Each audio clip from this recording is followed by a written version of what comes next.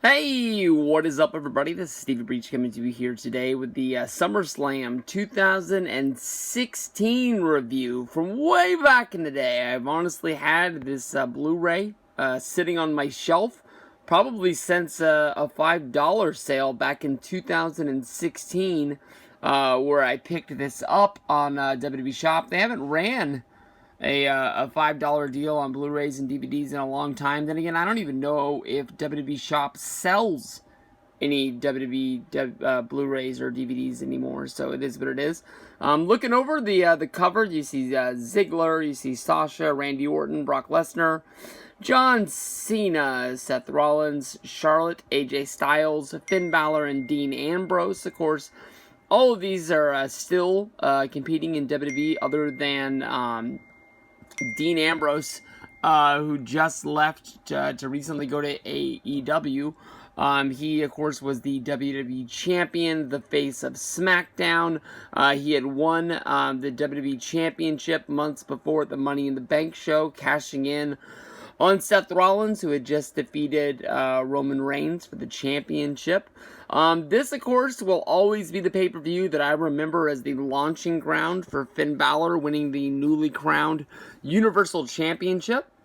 Sadly, here we are in 2019, and the only time Finn Balor has won that WWE Universal Championship was this night at SummerSlam, where he had to show up on Monday Night Raw the next night at the Barclays Center and relinquished the title to Mick Foley, handing it over because he had suffered an injury. I don't know why. They have not gone back to the well. Sometimes, guys in WWE get sort of crowned as injury prone. This is the only injury that Finn Balor has ever came down with, and actually the first time he's actually taking time off from WWE is going to be coming up. I would guess it's going to be after SummerSlam when he has a match with Bray Wyatt. But we'll see how that is. I can remember SummerSlam 2016 being a good card, but a really long card. This, of course, was, I want to say it was the first pay-per-view after the draft of 2016. I do know that the only match that was messed up because of the draft was, I believe, the Randy Orton versus Brock Lesnar match, because Brock was a member of Raw, but they already announced the main event because they were trying to draw off of UFC 200, where Brock Lesnar competed for UFC, and they announced the Randy Orton match, thinking that would be a good way to main event. It's honestly probably the last time that Randy Orton has main evented a WWE show. So here's your cover. Pretty cool one. Open this bad boy up. Pretty good looking disc. Got an ad for the Brock Lesnar DVD that came out in 2016. I got that one. Oh, and a list of other ones. I've got best matches. I've got best of Raw and SmackDown. I've got the WWE's greatest matches. The Dudleyville U.S. Championship, Eric Bischoff, Scott Hall, the Attitude Era, and the Hardcore. I think all of these I actually picked up through WWE Shop. Eric Bischoff and Scott Hall, I can remember paying a reduced price for. I probably paid $10 a piece for those ones, but I can remember picking all of these up on $5 Friday sales. So, as a DVD collector, I desperately missed those sales. Back of the disc, you got Brock, you got Finn, Seth Rollins, AJ, and John Cena, Sasha Banks, and Charlotte. Oh, this does come complete with the pre-show. I couldn't remember if the pre-show was included. Pre-show had the Usos, American Alpha, and the Hype Bros defeating Breezango, the Ascension, and the Vaudevillains. I can honestly tell you I don't remember what happened with that. I don't even think I watched this pre-show. Sami Zayn and Neville defeated the Dudley Boys. Dudley's probably left WWE shortly after this show. Sheamus and Cesaro, this of course was the first match of the best of 7 series that would actually end up with Sheamus and Cesaro becoming a tag team, which led to them being named The Bar, because they came down to the 7th match of the series, and it ended in a draw, and Mick Foley had promised the winner of this a title shot and didn't say what kind it was, and because it was a draw, decided to give them a tag team title shot. Show opened with Chris Jericho and Chris Jericho and Kevin Owens teaming up against Enzo and Big Cass. This honestly was a pretty good match. Enzo and Cass really over at the time, but also, even though they were a big-time heel team in the company, a good spot. Kevin Owens in his WWE 365 documentary on the WWE Network was honestly really down. Didn't want to really bag on Enzo and Cass or even Chris Jericho, but thought that he deserved to be in a better spot on the card other than in a makeshift tag team opening up SummerSlam. Wanted to be in a bigger match, and it would be about a month before he would win the WWE Championship. Well, not the WWE Championship, I apologize. The Universal Championship. After Finn Balor relinquished it, they ended up having a match where Owens would win the championship because of an interfering Triple H turning. And then that would, of course, set up the WrestleMania match of Triple H versus Seth Rollins.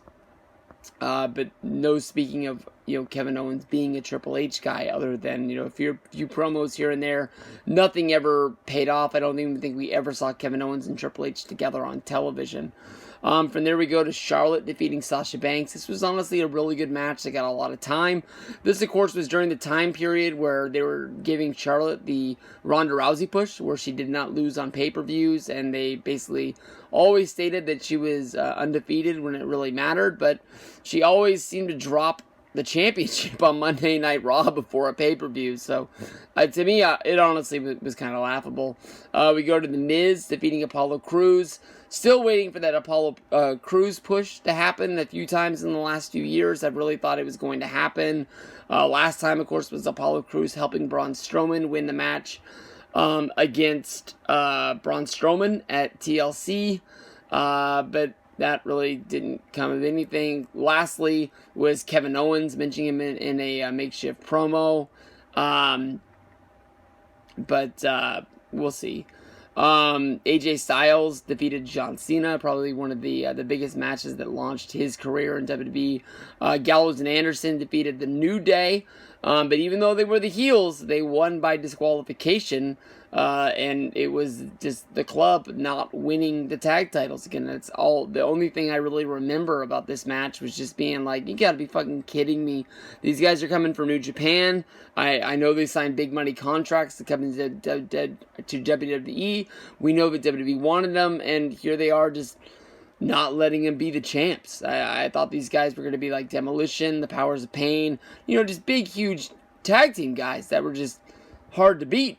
But instead, sorry about that. Minor interruption. I ran out of memory on my phone. But Dean Ambrose versus Dolph Ziggler. This was honestly a really weird match because of the fact that Dolph Ziggler came out of a program with Baron Corbin, where Baron Corbin, I believe, beat Dolph Ziggler 2 pay-per-views in a row, and then somehow coming out of that because of the draft, Dolph Ziggler, who couldn't win, I believe, the United States Championship, became the #1 contender for the WWE World Championship. Kind of a weird spot to be, especially a SmackDown brand that I believe was housing AJ Styles as well as John Cena. But then again, once AJ was able to get out of the John Cena feud, definitely Styles got the rub off of there, and he was able to defeat Dean Ambrose at, I can't remember what the name of the pay-per-view was, but it wasn't shortly after SummerSlam when Ambrose was able to get that win. Well, I'm sorry, it wasn't after SummerSlam that AJ was able to defeat Ambrose and become your new WWE champion.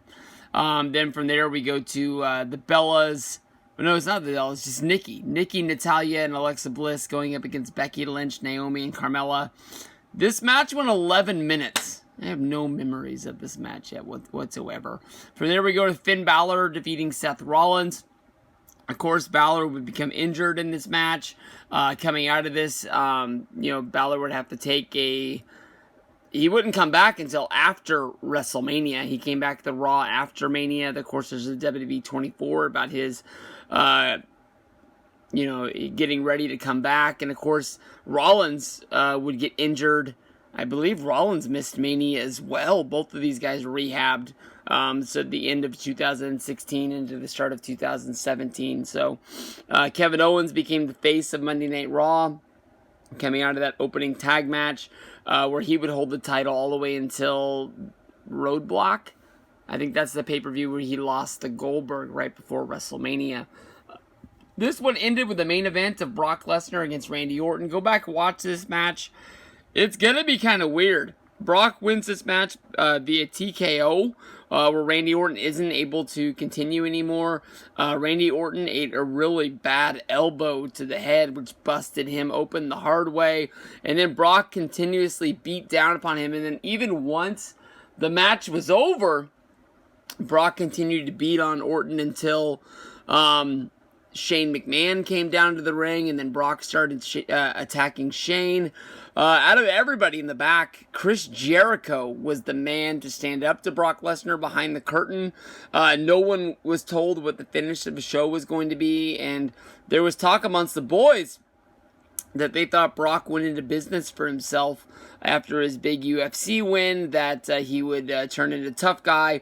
And people actually thought that Brock was beating up Randy, beating up Shane, beating up anybody that would get in his way, trying to help his return to UFC, where he would, make even more money because he was sort of the guy that no one could contain in WWE, to the point where Lesnar and Jericho got in a fight at the curtain. So the Shane versus Brock Lesnar sort of square off ended up being nothing. We never got a Lesnar versus Shane match.